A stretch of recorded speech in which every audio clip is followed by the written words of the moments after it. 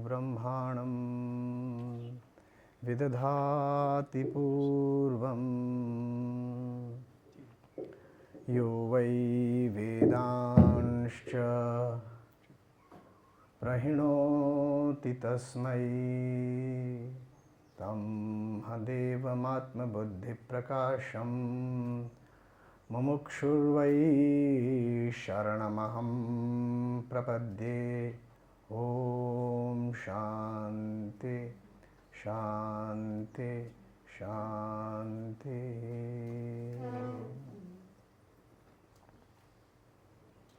दक्षिणास्य समारम्भां शङ्कराचार्यमध्यमाम् अस्मदाचार्यपर्यन्तां वन्दे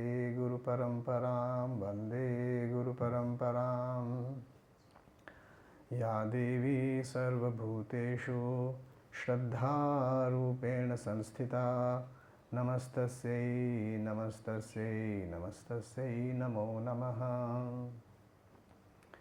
या देवी सर्वभूतेषु मातृरूपेण संस्थिता नमस्तस्यै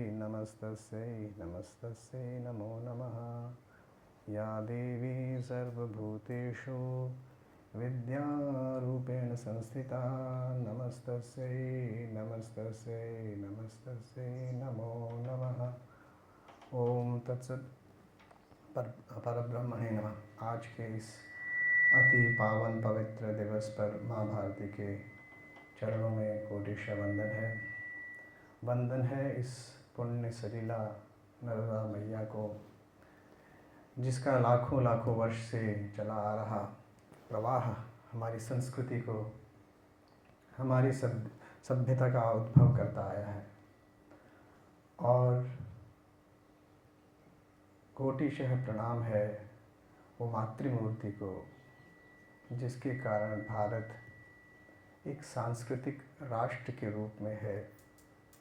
उनका योगदान संभवतः हम लोगों के द्वारा विस्मृत हो गया है और पुनः उसको पुनर्स्थापित करने का प्रयास किया जा रहा है। और वह है यहाँ की महेश्वरी की मातृमूर्ति पुण्य श्लोका अहिल्या जी, जिनका चित्र आप सब लोगों के समक्ष है। मेरे साथ विराजित ऋषिवर्य पारे जी और शोभित जी, आप सब लोगों का और सामने बैठे सारे अध्येताओं का भी हार्दिक अभिनंदन है, वंदन है। हम सब लोगों को यहाँ किसने बुलाया? हम लोगों को किसने बुलाया यहाँ पर? जब तक हम व्यक्ति को व्यक्ति लेकर समझेंगे, तब तक हम गहराइयों तक नहीं जा पाएंगे। हम उसके नाम रूप में अटक जाएंगे। कोई भी व्यक्ति, उसके अंदर एक प्रवाह होता है, एक संस्कृति का प्रवाह होता है, एक ज्ञान का प्रवाह होता है, एक भक्ति का प्रवाह होता है। तो आप सब लोगों को किसने बुलाया? आपने कभी इस पे विचार किया? हमको किसने बुलाया? आप सोच रहे होंगे कि पारे सर ने इसको ऑर्गेनाइज कर रहे हैं, तो उनके मन में कहाँ से विचार आया? इसकी यदि अब कड़ियाँ खोलते जाएंगे तो देखेंगे कहीं ना कहीं एक ऐसा फोर्स है जिसने इन्हें प्रेरित किया इस विषय को उठाने के लिए। वो फोर्स किसका फोर्स है? वो संस्कृति का फोर्स है। वो संस्कृति का इनके अंदर से बोल रही है, इनके अंदर से वह कुछ प्रकट करवाना चाह रही है हम सब लोगों से। तो इसीलिए हम सब लोगों का एक बहुत बड़ा भाग्य है। और उसके ऊपर ये जो हॉल है, इसका एक अलग ऑरा है। मैं देख रहा हूँ, ऐसा लग रहा है जैसे मेडिटेशन में चले जाना चाहिए या चुपचाप बैठे रहना चाहिए। क्यों बैठना चाहिए यहाँ पे? क्योंकि यहाँ का एक ऑरा ऐसा है। तो मैं आपसे पूछता हूँ, आज आपने संवाद किया क्या? संस्कृति से संवाद किया? कल रात्रि को सर आगे थे ये लोग, आप लोगों ने संस्कृति से संवाद किया क्या? किया? किससे किया? माँ नर्मदा मैया के घाट घाट पे घूमे, उस जल से, हाँ, से, वो पत्थरों से एक तो आत्मिक संवाद हुआ। बहुत सुंदर। तो ये नर्मदा जी जीवंत हैं। जी। अब हम थोड़ा हमारे दिमाग में साइंस के भूत घुसे हुए हैं, क्योंकि हमारे चश्मे बदल दिए गए हैं, हमारे चश्मे बदल दिए गए और हमारी श्रद्धा को काट दिया गया। तो इसीलिए कोई ऐसी बात बोले कि नर्मदा जी की पूजन करो, तो अभी तक तो आप लोग तो संभवतः उस पीढ़ी से हैं जो इसको थोड़ा मान लेंगे। कई लोग कठिनता से मानेंगे, लेकिन मान लेंगे कि ये मैया है, तो उसके पास जाके बैठिएगा। आपको जो इंस्पिरेशंस होंगी यहाँ पर बैठने के बाद, उनके पास श्रद्धा से, भक्ति से, प्रेम से उनके पास बैठेंगे, उनसे बात करेंगे, तो आपको उत्तर देंगे। तो सर को तो संभवतः, पारे जी को तो संभवतः अनुभव हो गया होगा जब नर्मदा जी के परिक्रमा के उन्होंने जो समय उन्होंने व्यतीत किया, उसमें इनकी ताकत का, इनकी ऊर्जा का। तो इनके बारे में तो मैं क्या बताऊं आप लोगों को। एक वीडियो है, बहुत अच्छा बना हुआ है, उसके बारे में, नर्मदा जी के बारे में, महेश्वर के बारे में, इसकी विशेषता क्या है, आप सब लोग देख लीजिएगा। वो बाई दी वे कई कार्य होते हैं ना, हमको लगता है कोई आदमी काम करता है, आदमी नहीं करता है, कोई एक विशेष शक्ति हमारे द्वारा कई कार्यों को करा रही है। तो उसको देख लेंगे तो आपको महेश्वर के बारे में और इसके द्वारा कैसी संस्कृति प्रवाहित है उसके बारे में आपको मालूम हो जाएगा। तो मैं बोल रहा था आपको, ये राष्ट्रीय आयोजन है। ये राष्ट्रीय आयोजन है क्या? ये कार्य जो है, एक राष्ट्रीय यज्ञ चल रहा है। वो हम लोगों को कभी कभी उसको कॉइन नहीं करते ना, इसलिए हम उसको वैसे समझ नहीं पाते। शब्द बोलने से वो पकड़ में आ जाता है, एक यज्ञ चल रहा है। और इस यज्ञ को करवाने वाला कौन है? कौन है? भगवान खुद करवा रहा है। और हम सब लोग उसमें छोटी छोटी अपनी आहुति देने का प्रयास कर रहे हैं। एक राष्ट्रीय यज्ञ चल रहा है, संस्कृति यज्ञ चल रहा है। मैं तो राष्ट्रीय से भी पार जाऊंगा। ये पूरी भारत को नहीं, पूरे विश्व को बचाने की संस्कृति है, इसी के द्वारा बच सकती है। उसका यज्ञ चल रहा है। आप खोज रहे हो वो किसको? गोत्र के अंदर जा रहे हैं। तो क्या आपने अपने आप से बात की क्या? अपने अंदर तो नहीं घुसे, क्योंकि आपके डीएनए में तो बैठे हुए हैं ऋषि लोग। हमारे पास वो कला छूट गई जिसके द्वारा हम अपने डीएनए पुनः वो शब्द आ गया जिससे हमको समझ में आने लग गई चीजें आजकल कुछ कुछ। तो हम अंदर प्रवेश करके हमारी स्मृतियों के अंदर डीप डाउन जो कुछ संस्कार बैठे हुए हैं, क्योंकि हम लोग तो ऋषियों की संतान हैं। मानते हैं आप लोग कि नहीं मानते? देखिए, सच बोलिएगा, नहीं सच बोलिएगा। देखो, सच बोलना है ना। अच्छा, सच के ऊपर बहुत मैंने एक बार रिसर्च जैसा ही किया। मैंने बहुत महात्मा से पूछा, सत्य के ऊपर क्या जोर दिया जाता है? आपको पता है, एक सत्य का यदि आप पालन कर लेंगे ना, आप जीवन मुक्त हो सकते हैं। ये मेरा थोड़ा टॉपिक थोड़ा ऐसा होगा, चलेगा ना? सत्य का, it has to be at all levels. अपने से सत्यता, अपने कार्य से सत्यता, हर लेवल पर सत्यता। आपकी सोच के साथ, आप जो सोचते वही करें तो आप सत्यवादी हैं, सत्य संकल्प है, सत्य सोचने वाले। मतलब ये इतना गहराई से हमारे अंदर है कि, तो इसीलिए जब समावर्तन करके गुरुकुल से जब जाया करता था शिष्य, पूरी पढ़ाई हो गई है, ग्रेजुएशन जिसको हम लोग बोलते हैं, क्या बोलते हैं? ग्रेजुएशन बोलते हैं, स्नातक हो जाता उसके बाद। तो सबसे पहला बोला है सत्यम वद, उसके बाद में धर्मम चरा है। तो उसका जो वैल्यू है, उसको यदि आप धीरे धीरे समझेंगे, उसके ऊपर मेडिटेट करेंगे। अच्छा, आप ये शब्द बोल दिया, मेडिटेट करेंगे, तो मेडिटेट करने का मतलब क्या हो गया? तो अभी तो हम अंग्रेजी वाला मेडिटेशन, अपने तो संस्कृति में श्रद्धा, भक्ति, ध्यान, योगाद्वैहि बताया है कि उस तत्व को प्राप्त करना है। तो ये आता है उपनिषद के अंतर्गत, कैवल्य उपनिषद के अंतर्गत श्रद्धा भक्ति ध्यान योगाद वही, उसके द्वारा उस तत्व को प्राप्त किया जाता है। तो ये सूत्र है, आपको कुछ भी प्राप्त करना है, ज्ञान को अर्जित करना है, तो श्रद्धा होनी चाहिए आपके पास, उसके प्रति भक्ति होनी चाहिए, फिर ध्यान, श्रद्धा भक्ति ध्यान योगाद वही, तब उसकी प्राप्ति हो सकती है हम लोगों को। वरना अभी हम लोग क्या करते हैं, क्या सिखा दिया एजुकेशन ने, डेटा इकट्ठा कर लो, डेटा इकट्ठा कर लो। तो डेटा इकट्ठा करने की बीमारी इसीलिए शुरू हुई है क्योंकि उन लोगों को जिन्होंने स्टार्ट किया, उनको तो ये सारा रॉ मटेरियल हम लोग उनके लिए एक मार्केट जैसे, उनको कुछ निकालना था डेटा इकट्ठा करके। लेकिन हमारा तो कुछ और था, श्रद्धा भक्ति ध्यान योगाद वही, उस तत्व की प्राप्ति होती। तो ऋषियों के पास हम अगर जाना चाहते हैं, हमारे अंदर बोल रहे होंगे वो तो बहुत अंदर जाना पड़ेगा तब जाके होगा। तो मैं बोल रहा था ये राष्ट्रीय यज्ञ चल रहा है जिसके हम सब लोग उसमें हम कार्यरत हैं। हमारे पर एक ऋण चढ़ा हुआ है और आप लोगों पे विशेष चढ़ा हुआ है। आपको लगता है आपके ऊपर कोई ऋण है? लगता है? जब ऋण होता है ना, वो आदमी सोता नहीं है, उसको नींद नहीं आती है। लेकिन आजकल हम लोग क्या हो गए हैं कि किसी ने बहुत ज़्यादा उधार ले लिया हो, उसको नींद आएगी क्या?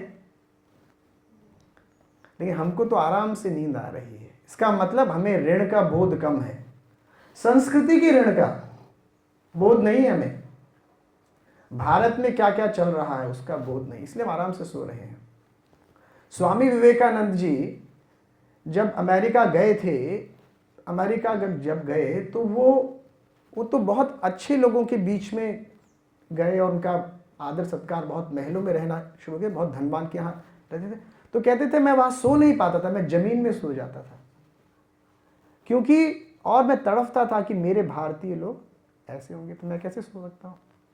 इस तरह का जब व्यक्ति के अंदर भाव होता है तब जाके कुछ कार्य निकल करके आता है। जैसा मुझे लगता है हमारे पारे सर के अंदर कुछ कुछ है, तभी वो इतने ऐसे ऐसे विषयों को उठा करके इतनी निष्ठा के साथ और अपने अहंकार को विगलित करते हुए आगे चल रहे हैं। और उसका सूत्र यही है, जब अहंकार खत्म होगा तभी वो ज्ञान प्राप्त होगा।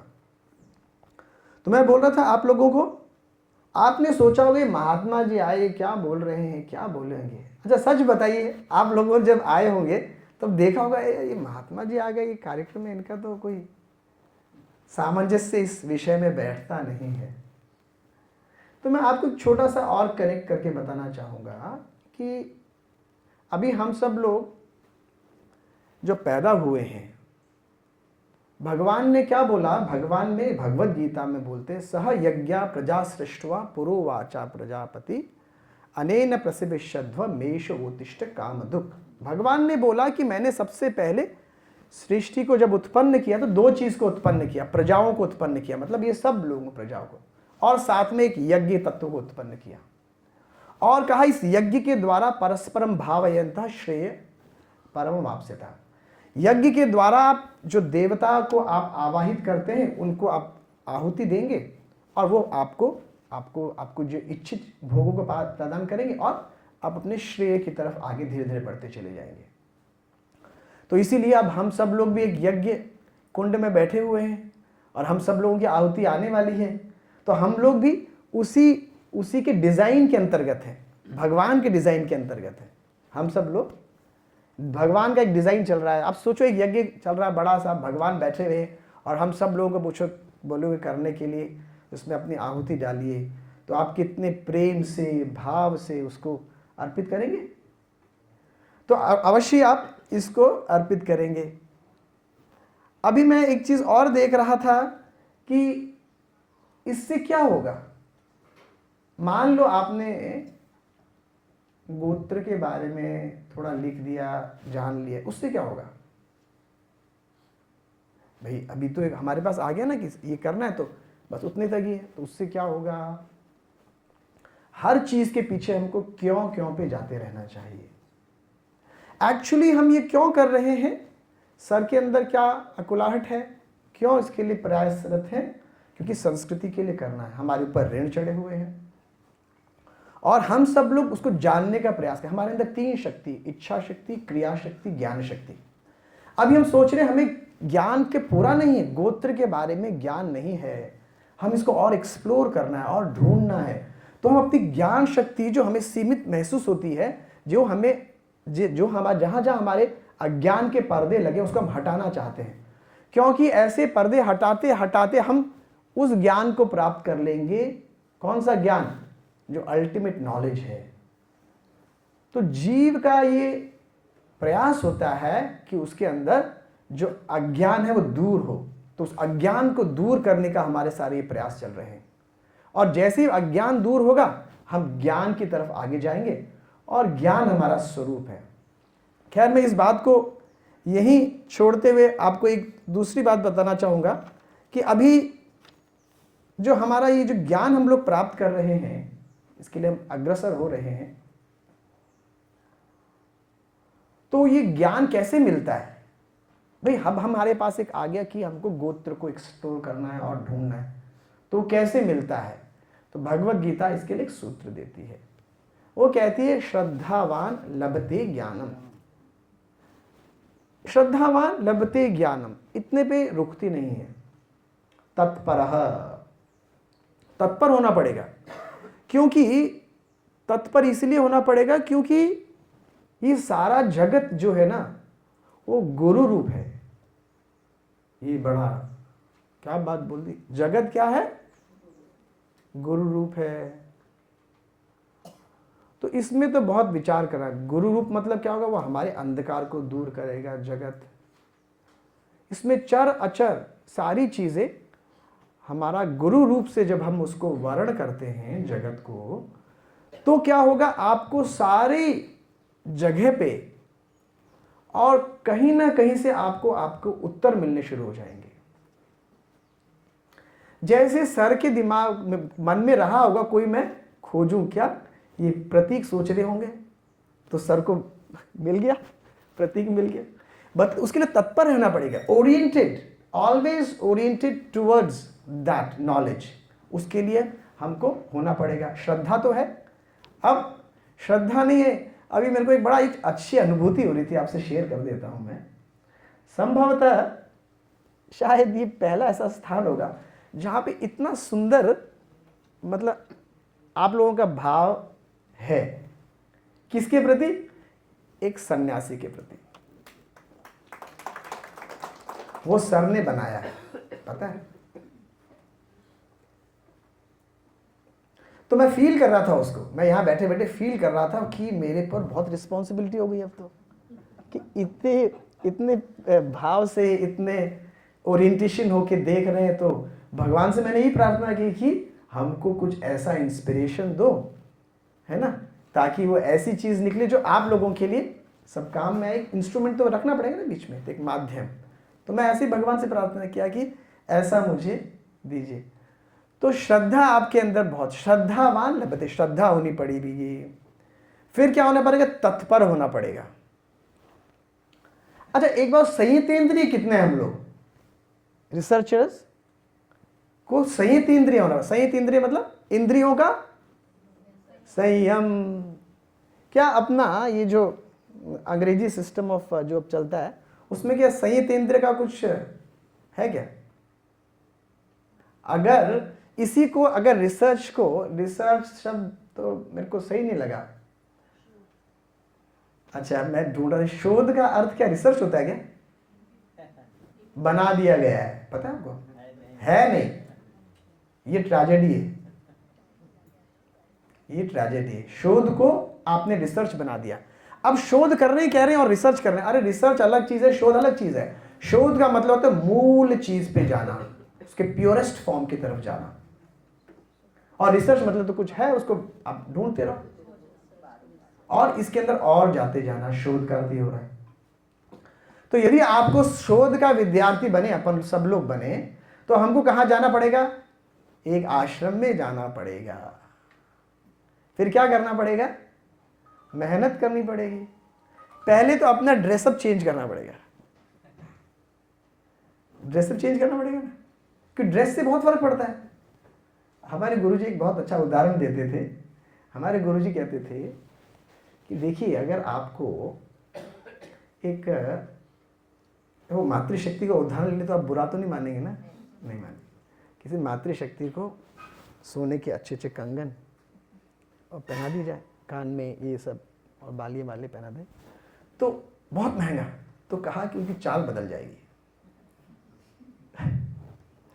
कहने का मतलब ये है, ये किसी पुरुष के साथ भी होगी। अगर उसने कोई बड़ी घड़ी पहनी तो आप देख नोटिस करता है, वो घड़ी भी दिखाता रहता है आदमी। आजकल तो फैशन शुरू हो ही गया। iPhone 16 वाले भी ऐसे ही चल रहे हैं। हाँ iPhone 16 वाले भी हाँ, ऐसे ही चल रहा है, वो भी ऐसे ही चल रहे हैं। तो अभी क्या, अभी iPhone 16 के साथ प्रॉब्लम हो गई है। वो क्या है कि वो पता नहीं चलता 16 की 15 या 14 है। वो अलग बात है। खैर, तो कहने का मतलब है हमको देहाध्यास को तोड़ना पड़ेगा। देहाध्यास तो ये तो सुना ही नहीं आप लोगों ने। देह का अध्यास मतलब आप ये बॉडी से कनेक्ट होकर सोच रहे हैं कि मैं, सर ने बोला डॉक्टर हूं, डॉक्टर नहीं हूं मैं। अपने मूल की तरफ जितना जाते जाएंगे तब हम उस तत्व के करीब आते चले जाएंगे। तो श्रद्धा होनी पड़ेगी आपको ड्रेस बदलनी पड़ेगी। और क्या, संयतेंद्रिय समझा रहा था। संयतेंद्रिय मतलब खाने पीने का टाइम है, उठने का है। हमारे पास युवा लोग आते हैं तो स्वामी जी हमको ना एक वापस से शिविर में ज्वाइन करना है। मैंने कहा क्यों करना है? कि स्वामी जी हमारा टाइम टेबल बिगड़ गया, उसको ठीक करने के लिए आश्रम में आते हैं। यहाँ सवेरे हम 4:30 बजे उठा देते हैं और फिर नहाना जाना है, फिर योग करना, वो सब करना सिस्टम, तो उसको ठीक करने के आएंगे। तो हमारा जो संयतेंद्रिय बना देंगे, भोजन भी एकदम तरह का, एकदम हर तरह का, मतलब जैसा अनुकूल होता है।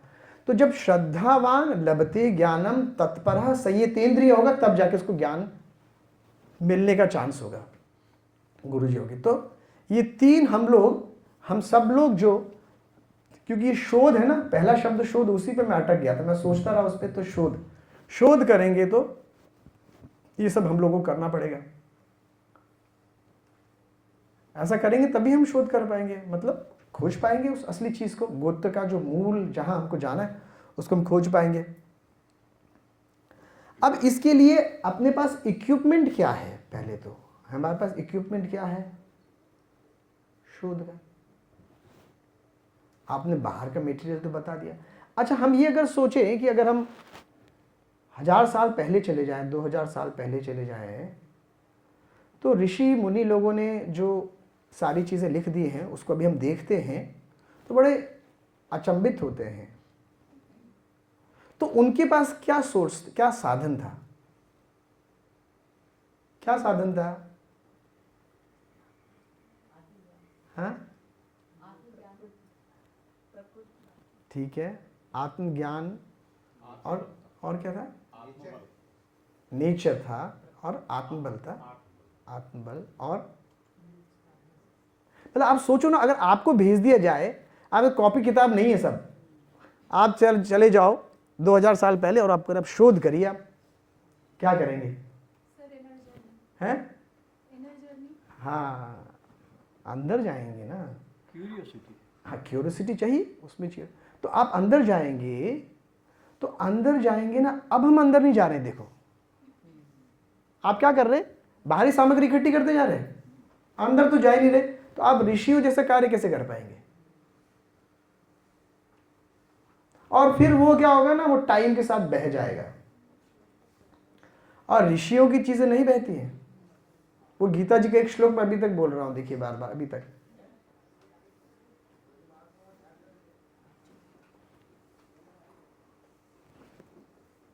बच्चों के पास जाता हूं मैं, अधिकतर बच्चों से बात कर। मैंने कहा बच्चों, तुमको मैं ना एक तुम्हारी 2nd क्लास की किताब 3rd में आती है, कितने नहीं काम आती है, 4th की 5th में, 6th की 7th में नहीं काम आती है, 11th की 12th में नहीं आती है। तो आप तो किताबें बदलते जा रहे हो, तो कोई ऐसी किताब आपको दे देते हैं जो आपके जीवन भर काम आएगी। कोई किताब ऐसी है क्या? तो समझ के सोचते हैं बच्चे। मैंने कहा हाँ, भगवत गीता।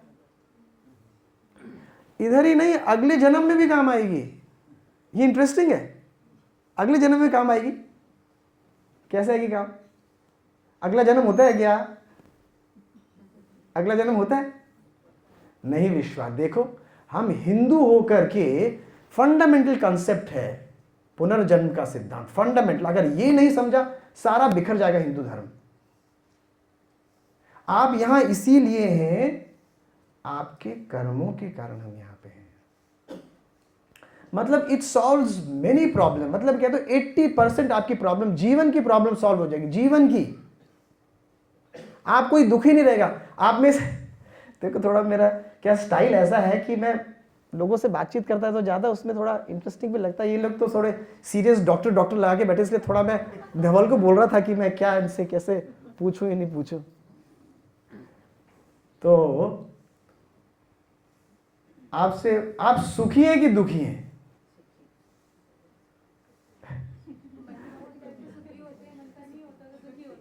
अच्छा, दूसरा आगे पूछता हूं, देखो फंस जाओगे मेरे साथ में। आप सुखी हैं तो कितने % सुखी हैं, और दुखी है तो कितने %? ठीक है, तो मैं आपको इसको आगे लेके जाता हूं कि हम दुखी हैं ना, वो इसीलिए दुखी, कर्म का सिद्धांत नहीं मालूम है हमको। आपने जो किया है उसका फल मुझे मिल रहा है। whatever you have done is coming out as your results. तो स्वामी जी ने एक बहुत अच्छा सूत्र दिया Vivekananda, whatever you are in present is because of your past. इस बात को मानते? Your past, not others past. There is no problem. दुखी होने की बात भी खत्म हो चुकी है। इंटेलेक्चुअली तो समझ लें, ठीक है वो पेन हो रहा, that is a different issue, that can be handled. लेकिन at present whatever now is because of my past. And whatever you want to become in future depends on now. Freedom. मतलब कर्म के सिद्धांत ने जीवन एकदम इजी कर दिया, खत्म बात। मतलब आपको कम से कम एक सॉल्यूशन तो मिल गया जीवन का, कि ये सॉल्यूशन है, मैंने किया था, मेरा मिला। किसी को दोष नहीं दोगे आप, किसी को बोलोगे नहीं, तो बात खत्म, आगे चल पड़े हम लोग। तो हम लोग भारतीय संस्कृति, तो मैं आपको बोल रहा था, वो उसका आपका इंस्ट्रूमेंट क्या होगा जिससे आप शोध करेंगे, मैं आपको बताता हूं। आपका इंस्ट्रूमेंट होगा अंतःकरण। अब इसमें थोड़ा वेदांत को थोड़ा सा भी समझ लेते हैं तो हमारे अंदर, हमारे पास दो चीजें होती हैं। एक इंस्ट्रूमेंट ऑफ परसेप्शन, ज्ञान जिससे अंदर आता है, ज्ञानेंद्रिया, और एक एक्शन ऑफ कर्मेंद्रिया, और एक होता अंतःकरण, इनर इक्विपमेंट। ये सबसे इंपॉर्टेंट है। इसके अंतर्गत मन आता है, बुद्धि आता है, चित्त आता है, अहंकार आता है, और एक अंतःकरण आता है, जिसको नॉर्मली वेदांत वाले नहीं बोलते हैं, मतलब उसको ज़्यादा एड्रेस नहीं करते। अब ये जो अंतःकरण है ना, मन समझ में आ गया, संकल्प विकल्प करता है, आप विचार कर रहे हैं, एक होते जा रहे हैं, बुद्धि डिसाइड कर रही है, मन बुद्धि चित्त स्टोरेज हाउस हो गया, मन बुद्धि चित्त अहंकार आपको इंडिविजुअली प्रदान कर। ये अंतःकरण, इसमें स्फुरणा होती है। कल जो मैं आपको बोल रहा इंट्यूशन, ये इंट्यूशन होता है, इंट्यूशन। और ये इंट्यूशन होता है, जब मैंने कल सर लोगों से चर्चा कर रहा था, तो वो जो C6H6 बेंजीन का जिसने फॉर्मूला निकाला, तो परेशान हो चुका था, उसको सॉल्यूशन नहीं मिल रहा था। तो सपने में उसको ये सपना आया कि एक सांप है, वो अपनी पूंछ को खा रहा है। तो सांप अपनी पूंछ को खा रहा, तो वो क्या हो गया, राउंड हो गया। और ऐसे C6 और H6 का आपको मालूम है, बेंजीन का फॉर्मूला है ना, सारी तरफ C होता है, फिर H होता है, फिर तरफ 6 होता है, कार्बन हाइड्रोजन का सॉल्यूशन मिल गया। तो वो इंट्यूशन हुआ, जब उसने मेहनत करके सफिशिएंट मेहनत की थी, तब उसको एक कृपा होती है। ये क्या होती है? आप लोगों ने कृपा का अनुभव किया है क्या? अनुग्रह, हाँ। और ये अनुग्रह कौन करता है? अनुग्रह तो एक बड़ी चीज होगी, वो करना पड़ेगा ना। वो कृपा देने वाला तो बड़ा होना पड़ेगा, आपसे बड़ा होना पड़ेगा। भगवान को मानते नहीं मानते, साइंटिस्ट डॉक्टर साहब है तो सब साइंटिस्ट ही हैं। साइंटिस्ट लोग भगवान को अधिकतर दूर रखते हैं थोड़ा। तो कृपा होती है, तो मतलब भगवान का अनुग्रह मिलता है हम लोगों को, मतलब कृपा होती है, मतलब आपको, आपने बहुत मेहनत कर, तुरंत आपको एक सोल्यूशन मिल जाता है। वो आपके अंदर स्फुरित होता है, वो आपके द्वारा नहीं एग्जीक्यूट होता है। इस बात को समझे, बहुत इंपॉर्टेंट बात बता रहा हूं। इसको बोलते हैं कर्तापन। इसको आप लिख लीजिए, ये बहुत टेक्निकल वर्ड है वेदांत का, कर्तापद, doership. whenever you have doership, that means that कृपा will not come to you. जितना जितना आप कहेंगे ना मैंने किया ना, तो भगवान आप पे कृपा नहीं करेंगे।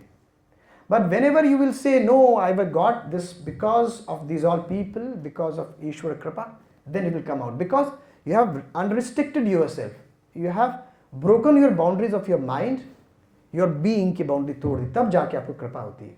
तो ये सर जो कर रहे हैं ना, डॉक्टर क्यों हटा रहा पता है? सर ने डॉक्टर क्यों हटाया? पूछो सर से.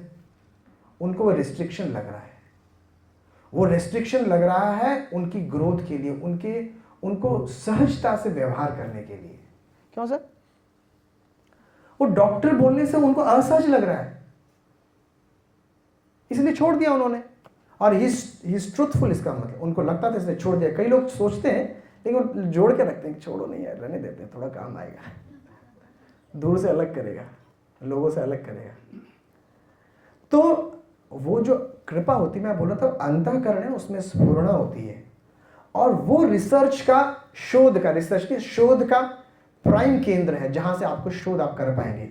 आप अंदर ही अंदर जाते जाएंगे. उसके बाद जो मैं आपको स्टार्ट किया था, यदि आपको ऋषियों से बातचीत कर रही है, हम किस कुल से हैं, किस परंपरा से हैं, कौन से हमारे गोत्र है, तो उसके लिए आप उन ऋषियों से बात करने का प्रयास करें जो हमारे धमनियों में अभी भी कहीं ना कहीं किसी न किसी तरह से बोल रहे हैं.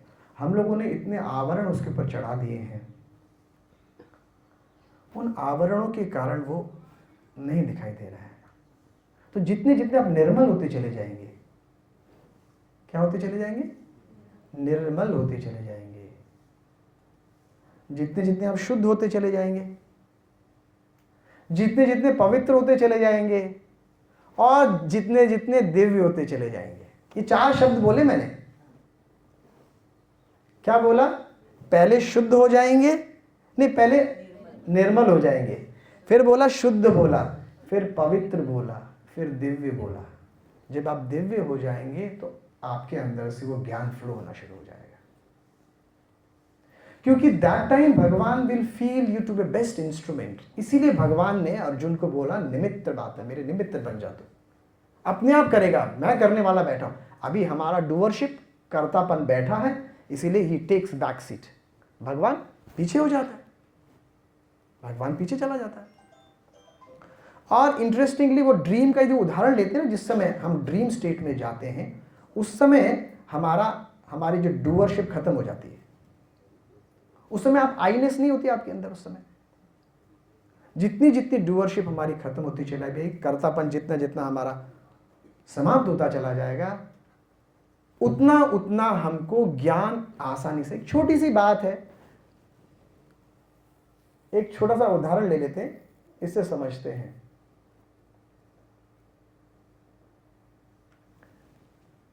हमारे पारे सर को ही ले लेते हैं.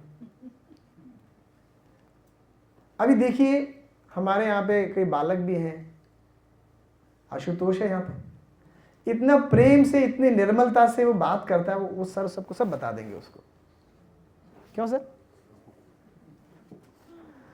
तो आप देखना, जो आपसे निर्मलता से, प्रेम से व्यवहार करता है, आप उसको सब रिवील कर देते हैं, सब बता देते हैं. तो फाइनल सूत्र है ज्ञान का, you become one with it. Till you become one with it, you can never have that knowledge inside you. So you have to become one with that, then only we can have. अगर पेड़ को जानना है तो पेड़ बन जाओ आप. माँ को जानना चाहते हो, आजकल की हमारी बहनें माँ नहीं बनना चाहती और माँ को कभी समझ नहीं सकती.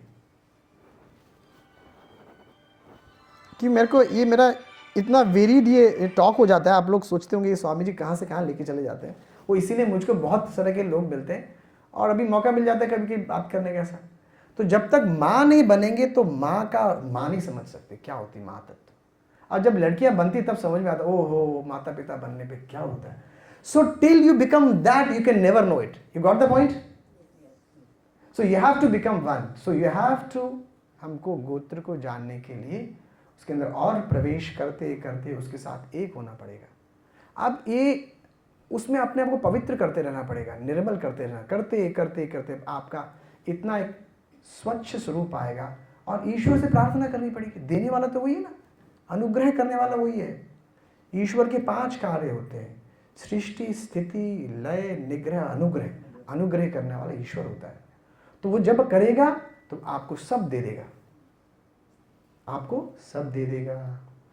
तो इस तरह से हम लोग यदि हम ज्ञान को प्राप्त करना चाहते हैं, जिस हम फील्ड में हैं, उसके लिए हम सब लोग यदि हम अपने आप को सारी बाउंड्रीज तोड़ दीजिए। बहुत डिफिकल्ट होता है। सबसे डिफिकल्ट क्या होता है आप लोगों को, आपको सबसे ज्यादा परेशानी कब होती है? आपने कभी सोचा क्या? आप सोचो कि सबसे ज्यादा आपको दुख या वो कब होता है? कभी सोचा इसके बारे में? सबसे ज्यादा आपको दुख कब होता है या परेशानी कब होती है? हैं? कंफर्ट जोन है। और बोलिए, और बताइए ना। सोचा है और आगे? मृत्यु के समय। अरे बाप रे, कौन है भाई? सर कौन है? अरे बाप रे, बहुत आगे पहुंच गए थे। होता है ना कि जिंदगी में ये चीजें सोचा था, नहीं हो पाया। तो पिछले जन्म का याद आ रहा है क्या? बहुत अच्छा, उसने बहुत आगे चल गया। बताइए, और कोई बताए क्यों होता होगा, कब होता होगा?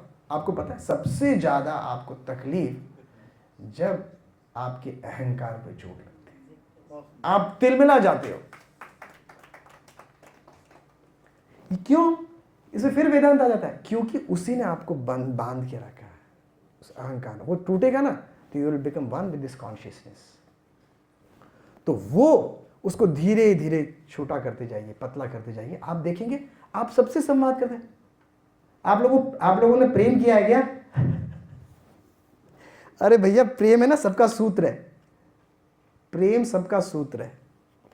क्यों धवल बोलेगा स्वामी जी कहां से प्रेम ले आते हैं हर जगह? बिना प्रेम के कुछ नहीं हो सकता है। Till you love your subject you can never enter it. अभी हमको दे दिया, वो पढ़ रहे हो, खत्म, लिखना है लिख रहे हैं, कभी नहीं लिख सकते। You till you love it. If you love your subject you can do anything, you can perform perfection will never come till you love it. When you love, you become one with it. When you love, you become one with it. So इसके लिए आपको अपने विषय से प्रेम करना पड़ेगा। प्रेम तो किया जाता है कि हो जाता है? अभी वो बहुत लंबा हो जाएगा।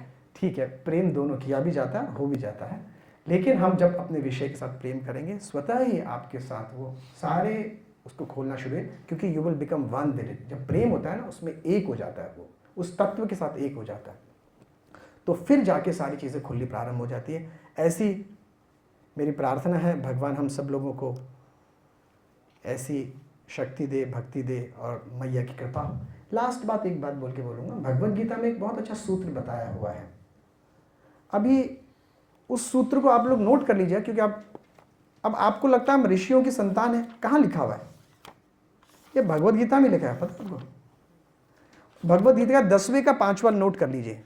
10वें अध्याय का 5वां श्लोक है, 6ठा श्लोक है। महर्षय सप्तपूर्वे चत्वारो मनवस्तथा मदभावा मानसा जाता येषाम लोका इमा प्रजा। ये सारी जो प्रजा है ना, वो मेरे द्वारा उत्पन्न की। किसने? भगवान बोल रहे हैं, मेरे द्वारा उत्पन्न की है। और इनको उत्पन्न करने से पहले मैंने ऋषियों को पैदा कर दिया था। और उसके बाद तो क्या हो गया? अब आपकी प्रॉब्लम ऐसे सॉल्व कि वो ऋषि थे ना, पूरी सृष्टि की बात कर रहे हैं। Don't think it is confined to India. सारी जब सृष्टि उसने उत्पन्न की तो उसने ऋषियों को उत्पन्न किया, और ये सारी जो प्रजाएं हैं उन्हीं के द्वारा प्रवर्तित है। तो हमारी प्रॉब्लम सॉल्व, हम ऋषियों की संतान, वो ऋषि जो 7 ऋषि, उसकी संतान ऐसे हम हो गए।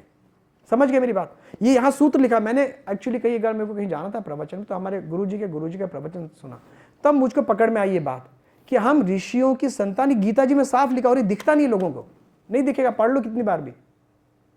तो हम और ये बोलते हैं कि ये सारी जो प्रजा है ना, वो मेरी ही द्वारा उत्पन्न है, और ये 7 ऋषि थे, सब लोगों के गोत्र है। मतलब आप ये मत सोचिए कोई अगोत्र है, वो पता नहीं है, वो कनेक्टेड नहीं है, that is a different issue. But सबके सब लोगों के गोत्र के अंतर्गत यही आ रहे हैं। और अपन लोग महापुरुषों से जानते हैं, संस्कृति से, पूरी भारत से ही या जिस क्षेत्र में संस्कृति थी उसके बाहर धीरे धीरे करके फैली है। तो इतनी बात को बोल के मैं अपनी बातों को विराम दूंगा। असाध्य वीणा तो इतनी अच्छी है कि क्या बताऊं मैं आपको। क्या? सर हिंदी के शिक्षक। हिंदी के कौन कौन है शिक्षक? अरे वाह वाह वाह वाह। आप लोगों ने असाध्य वीणा पढ़ी क्या? आपने यदि असाध्य वीणा पढ़ ली है तो आपको कैसे रिसर्च की जाती है पता चल जाएगा, कैसे रिसर्च की जाती है। तो असाध्य वीणा के बारे में आप लोगों को कुछ कुछ मालूम है, थोड़ा सा बाकी लोगों को नहीं मालूम। उसमें क्या होता है कि एक वीणा बहुत घने जंगलों के द्वारा एक वीणा बनाई गई होती है, और वो वीणा होती है, वो वीणा किसी से बज नहीं रही होती। तो राजा बड़ा परेशान हो जाता। तो एक बहुत बड़े तपस्वी थे उस क्षेत्र के, उन्होंने उस वीणा को बनाया था। और वो जो वीणा को उन्होंने बनाया तो वहां पे किसी एक वज्र कीर्ति नाम का एक कोई वृक्ष था बहुत बड़ा सा, उस वृक्ष से बनाई थी। और उसका वृक्ष इतना बड़ा था, कहता है कि जिसकी जो शाखाएं हैं वो तो हवाओं के साथ बात करती थी, बादलों के साथ, और उसकी जो जड़ें हैं ना वो पाताल तक जा गई थी और वासुकी को टच करती थी।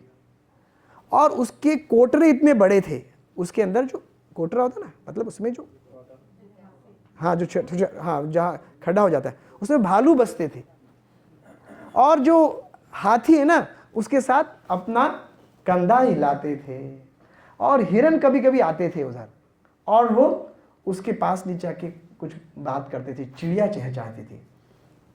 ऐसा वो ऐसे वृक्ष को लेकर के वो एक वीणा बनाई गई, और वो जो वीणा बनाई उसके बाद कभी बजी ही नहीं वो वीणा। अब राजा परेशान कि वीणा कैसे बजेगी। उसके बाद वो राजा जो है ना वो वीणा के बारे में वो कहता कैसे कौन बजाएगा। तो एक बार क्या होता है कि एक तपस्वी सन्यासी आ जाता है, वो बहुत तपस्वी होते हैं, तो वो कहता है वो बजाएंगे। तो बहुत वर्षों से नहीं बजी होती, तो उन्होंने कहा था ये जो वीणा बजाएगा उसके लिए वो स्पेशल कुछ पुरस्कार रखते हैं।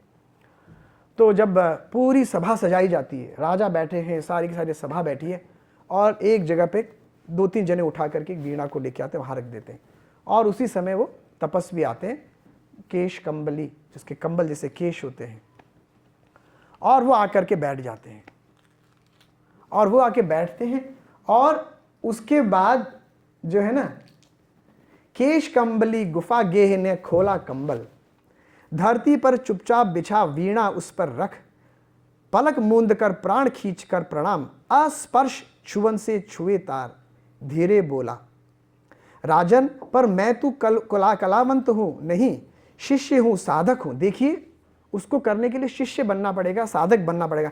जीवन के अनकहे सत्य का साक्षी, वज्र कीर्ति प्राचीन किरीटी तरु, अभिमंत्रित ये वीणा है, ध्यान मात्र इनका गदगद विभल कर देता है, चुप हो गया प्रियावंत, सभी मौन हो गए थे। अब क्या होता है, वाद्य उठा, साधक ने गोद लिया, धीरे धीरे झुक उस पर तारों पर मस्तक टेक दिया, सभा चकित, अरे प्रियमवद क्या सोता है, केश कंबली अथवा होकर पराभूत झुक गया वाद्य पर। वीणा सचमुच क्या असाध्य है, पर उस स्पंदित सन्नाटे पर देखिए अब क्या करता है वो।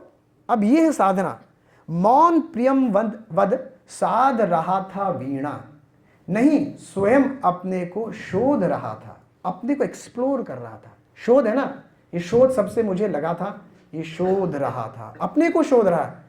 हम अपने आप को शोध रहे नहीं शोध रहे हैं, क्यों सर? हमको अपने आप को शोधना पड़ेगा। ये अपने स्वयं को शोध रहा था, उसको उसके अंदर एंटर होने से पहले खुद को तो एंटर करें, अपने अंदर एंटर हुए। सघन निवीड़ पर वह अपने को सौंप रहा था, उसी किरीटी तरु को कौन प्रियमवद है कि दंभ कर इस अभिमंत्रित कारू वाद्य के सम्मुख आवे, कौन बजावे। वो अपने आप को कहता है मैं क्या छोटा सा हूं, यह वीणा तो स्वयं एक जीवन भर की साधना रही है। भूल गया था केश कंबली राजसभा को, कंबल पर अभिमंत्रित एक अकेलेपन में डूब गया, उसमें साक्षी के आगे था जीवित वही किरीटी तरु। अब उसने उसको रिलीव वापस पैदा कर दिया, किसको? उस तरु को, वो जो वृक्ष, तरु को वृक्ष कहते हैं ना, वृक्ष को पैदा कर दिया, जिसकी जड़ें वासुकी के फड़ पर थी आधारित, जिसके कंधों पर बादल सोते थे, कान में किसी के हिमगिरिवर कहते थे, अपने रहस्य संबोधित कर उस तरु को करता था नीरव एकांत लाप प्रियमवद। ओ विशाल तरु, शत सहस्त्र पल्लवन पतझरों ने इससे नित स्वरूप पर सारा है। कितनी बरसातें, कितने खद्यों ने आरती उतारी, दिन भौरों कर गुंजित रातों में झिल्ली, ऐसे करके बहुत सुंदर उनका वर्णन। आप लोग जरूर पढ़िएगा इसको। और आगे चले जाता हूँ मैं इसके, क्योंकि एक थोड़ी लंबी है, मैं आगे से आपको बता देता हूँ जो आगे क्या होता है इसमें, जो उसका काफ़ी लंबी कविता है और उसको पढ़े ना, उसको अनुभव करके पढ़े। एक्सपीरियंशियल स्टडी होना चाहिए। हमारी पढ़े एक्सपीरियंशियल थोड़ी है, एक्सपीरियंशियल अनुभवात्मक पठन होना चाहिए हमारा। राजा ने तो क्या हो गया, फिर उसके बाद हो जाता है मैं नहीं मैं नहीं मैं नहीं, अरे रे तरुवर, ओ स्वर संभार नादमयी संस्कृति, ओ रस प्लावन, मुझे क्षमा कर भूल अकिंचित को मेरी। ऐसे करते करते तू गा अपनी प्रज्ञा को वाणी दे, तू गा तू सन्निधि पा, तू खो तू आ, तू हो तू गा, राजा जागे। वो गा पड़ती वीणा। राजा जागे समाधिस्थ संगीतकार का हाथ उठा था, कांपी थी उंगलियां अलस अंगड़ाई। तो ऐसे करते करते वो जब अपने आप को न्योछावर कर देता है उसके ऊपर, अपने सारी ईगो को, अपने आप, ही becomes one with that consciousness of the veena, then that automatically start speaking. क्योंकि अभी आपको जो लग रहा है ना हम बोल रहे हैं, वो यदि आपको उसका सिद्धांत मालूम हो, परा पश्यंती मध्यमा वैखरी वाणी का, तो परा ही बोल रही है, परा बोल रही। तो इसका अर्थ क्या हो रहा है, मतलब वही बोल रहा है, उसके लिए हमको उतना होना। तो वीणा उस तरह से वो बोल पड़ी। सब ने अलग अलग संगीत, बहुत सुंदर है। तो आप सब लोग तो जिस हिसाब से सर हिला रहे समझ गया, आप लोगों का स्तर बहुत बढ़िया है। लेकिन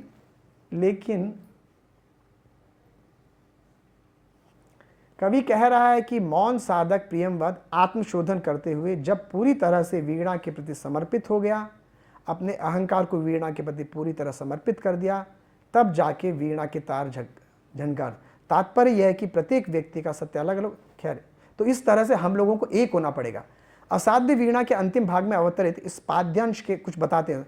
तो इसमें क्या हुआ कि उनके अभूतपूर्वता प्रमाणित करते हुए एक जो संगीत निखारा, उसने अपने आप को जब समर्पित कर देते हैं हम लोग, आप इस विषय पे अपने आप को समर्पित कर दो। आप बोलो हम लोग 10 मिनट का मेडिटेशन करेंगे, गोत्र गोत्र गोत्र बोलते बोलते बोलते बोलते अंदर जाइए।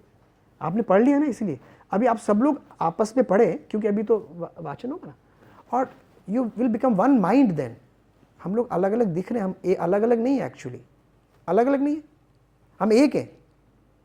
तो समझ में नहीं आता हम एक कैसे। अरे भाई 5 तत्व है ना दुनिया में, और कुछ है क्या? 5 तत्व के अलावा कुछ है? छठा है क्या सर? तो फिर आप एक ही तो हैं, आप में इसमें क्या फर्क है? उसको आप धीरे धीरे आगे करें, वो मैं शॉर्ट में बता दिया। वो करते करते हम एक ही हैं।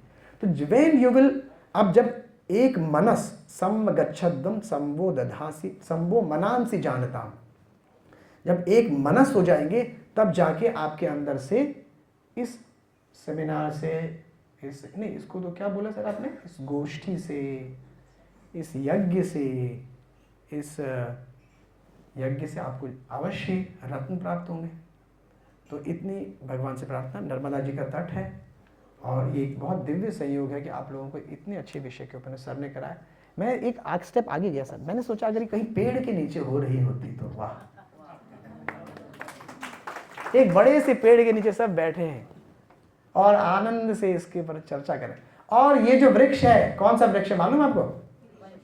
वट वृक्ष है। आप लोग वंश बोल रहे हैं, मैं इसको वट वृक्ष बोल रहा हूं। वट वृक्ष के नीचे कौन बैठता है पता है आप लोगों को? है दक्षिणामूर्ति। दक्षिणामूर्ति भगवान के ज्ञान के, शिव के ज्ञान के अवतार हैं। मैंने बोला दक्षिणास्य समारंभाम, शंकर आजा, हमारी परंपरा नहीं, पूरे ज्ञान देने वाले शिव का स्वरूप, उसे दक्षिणामूर्ति बोलते हैं। और वो इस वृक्ष के नीचे बैठते हैं। आपने वंश बोला, मैं इसको वट बोल रहा हूं। वट वृक्ष के नीचे वो बैठते हैं, उसी से ज्ञान प्राप्त होता है। उसके नीचे बैठी।